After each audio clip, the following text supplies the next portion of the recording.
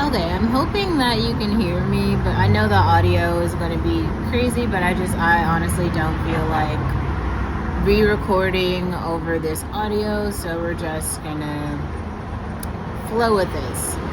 I want to talk about third spaces for a minute and the purpose of the third space and how to get started with exploring third spaces. I'm going to link Amara Mariana's video about what third spaces are. There's even this idea of like the death of the third space. How can I explain it? Like when you are, like a tween or something, and then you're living with your parents, like you are not responsible for the bills in the space. Like the financial responsibility doesn't fall on you. But once you become an adult, it's like your responsibility to pay for stuff. Like your housing, your cell phone, your everything. It's all you. It's not someone else.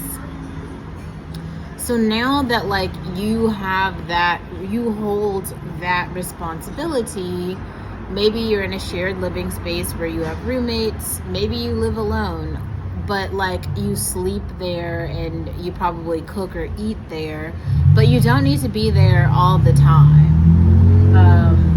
And I think that there's like, there needs to be like a separation between church and state in a sense where you have like, where you eat and sleep. And I also, we'll talk about this, but where you sleep, let's just start there. And then, where you reflect, where you're thinking about the shit that went on in your day. Then where you work, where you make your money. Like all of those are like these different spaces. The third space is just like the coffee shop. The reason it's that is because like you can like start to get your shit together in that space. You have your calendar, you have your laptop, or even just your cell phone if that's where you're starting. You have your journal. You can start writing down, other notes that you've taken on other days of the week. You can like think about those in more depth.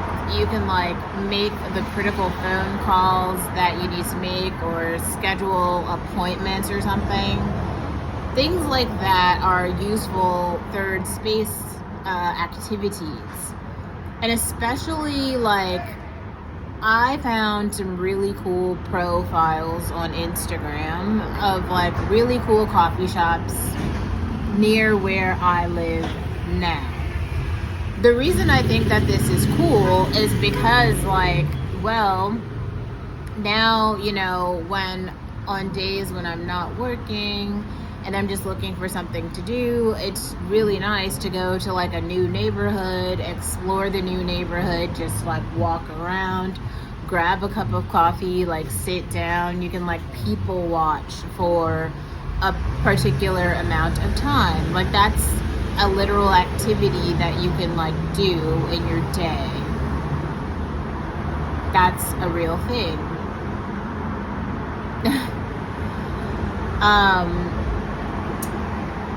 So how do you get started with third spacing? I feel like if you literally are a person who doesn't, like if you don't even know what I'm talking about, and I know there's some people who don't, because I saw a video by Choice where he was talking about how there's no Starbucks in the neighborhood that he grew up in, and he was kind of happy about gentrification. This is what he was saying.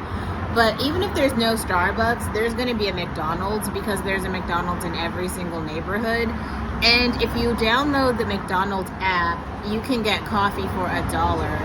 So even if you're living at home and you don't have a job yet, you can probably muster up $7 a week to just get up really early in the morning, go out, like leave your house. So put on clothes, go to the coffee shop, go to McDonald's, okay, like buy a cup of coffee and just like sit and figure your shit out. If you don't have a job yet, okay, so go job hunting on Indeed at McDonald's. Or if you don't have an apartment yet, then go figure that out while you're there. That's your activity.